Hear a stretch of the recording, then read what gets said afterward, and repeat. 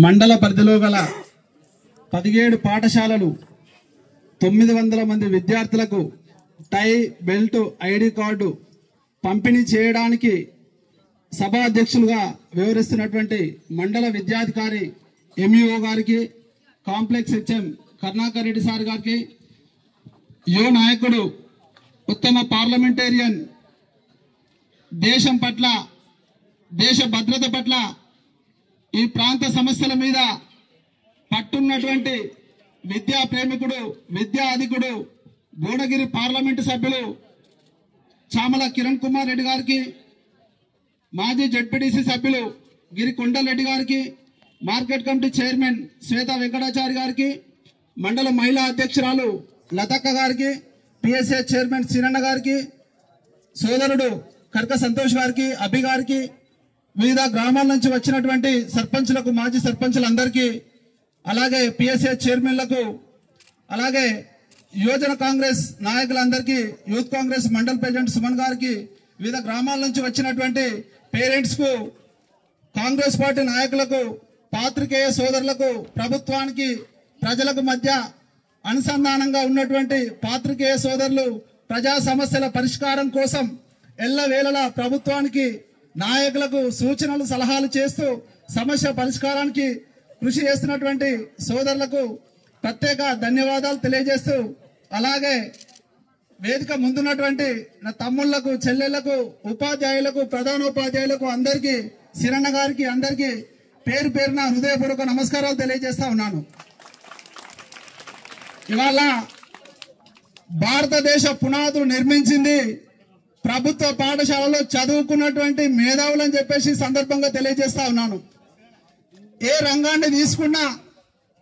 విద్యా రంగమైనా, వైద్య రంగమైనా, శాస్త్ర సాంకేతిక రంగమైనా, ఇన్ఫర్మేషన్ అండ్ టెక్నాలజీ అయినా ఇవాళ దేశంలో, ప్రపంచంలో అగ్రస్థానంలో నిలవడానికి కృషి చేస్తున్నటువంటి ఎంతో మంది గొప్ప వ్యక్తులు, మేధావులు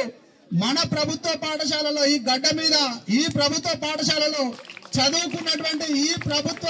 ప్రధాన ఉపాధ్యాయులు బోధించినటువంటి వాళ్ళే వాళ్ళ భారతదేశాన్ని ప్రపంచంలో అగ్రస్థానంగా నిలిపారని చెప్పేసి మరొకసారి గర్వంగా తెలియజేస్తా ఉన్నాను. ఈ దశాబ్దం, 2 దశాబ్దాల కాలం నుంచి కార్పొరేట్ అనే భూతం ప్రభుత్వ పాఠశాలలను మింగేస్తా ఉన్నది. పేరెంట్స్ కూడా కార్పొరేట్ వ్యవస్థ, కార్పొరేట్ పాఠశాలలో ఏం జరుగుతుంది, దానివల్ల ఏమైనా ఉపయోగం ఉందా లేదా అనే విషయాన్ని క్షుణ్ణంగా పరిశీలిస్తున్నారా లేదా తెలియదు. కానీ ఒకరిని చూసి ఒకరు, మా పక్క ఆయన ఇంకో చైతన్య నేషుడు, నేను నారాయణ అయ్యాలి, ఇంకో ఆయన మెరిడే నేషన్ అని చెప్పేసి చాలా మంది ఆర్థికంగా చితికిలబడుతూ, పిల్లలు ఎవరైనా, నేనైనా, పిల్లల భవిష్యత్తు ముఖ్యం, పిల్లల భవిష్యత్తే ధ్యేయం కాబట్టి అందరం